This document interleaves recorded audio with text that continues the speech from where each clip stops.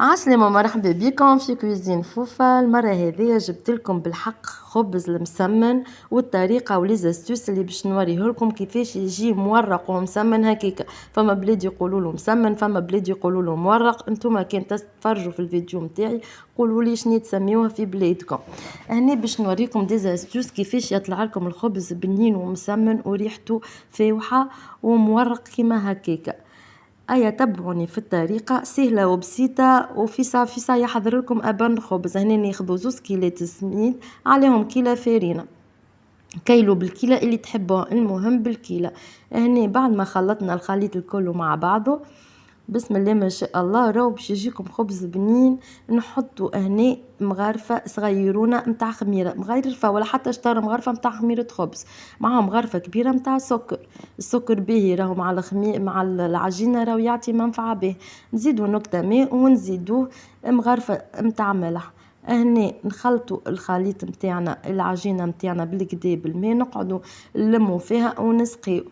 وان شاء الله يعجبكم فيديوهاتي وراهو باش تلقاو ديزاستوس ياسر باهيين.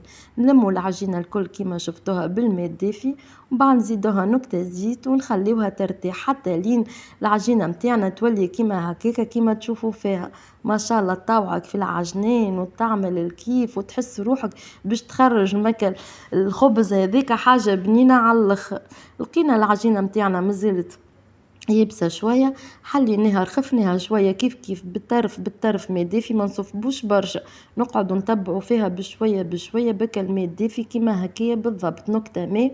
ونعجلوا العجينه نتاعنا بالكدا بالكدا حتى نتحصلوا على العجينه هذيك اغزر ما شاء الله قديش تشهي هيك العجينه قبل ما تطيب. عملناهم كويرات بالحجم اللي انت تحبوا. هنا جبنا زبده وزيت، وهنا جبنا صحفة فيها سميد خاطر باش يطوعنا من بعد في الحنان باش يجينا مورق. لاستوس هذه يلزم تحط الخميرة متاع الجاتو فك الزيت والزبدة باش تعطينا نكهة وتعطينا توريقة ماهيش عادية. باهي وصلنا للفيديو هنايا. كان عجبكم بالحق الفيديو اعملوا لي جيم وكومنتير خاطر ريزولتا ياسر بنينه وياسر مزيانه. والاستوش الثانيه اللي تستنى فيكم سهله في العجين المورق. حلينا العجينه نتاعنا هكا بالكدا بالكدا، نقسموها كيما هكيكا بالسكينه نتاعنا باي حجم انت تحبوا تحلوا.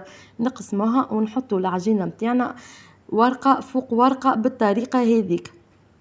طريقة سهلة وبسيطة وتخرج لنا الخبز المورق راهو بنين وراهو بنين ما نحكي لكمش. هنا كملنا الخبزة هذيك بالطريقة هذيك، نكملهم الكل هكيكا ولا كيف تحب بالطريقة العادية اللي تعمل على 4 وترجع من بعد على 4. المهم تحطوه فوق النار وتبدأوا تقلبوا فيه بشوية وصحة.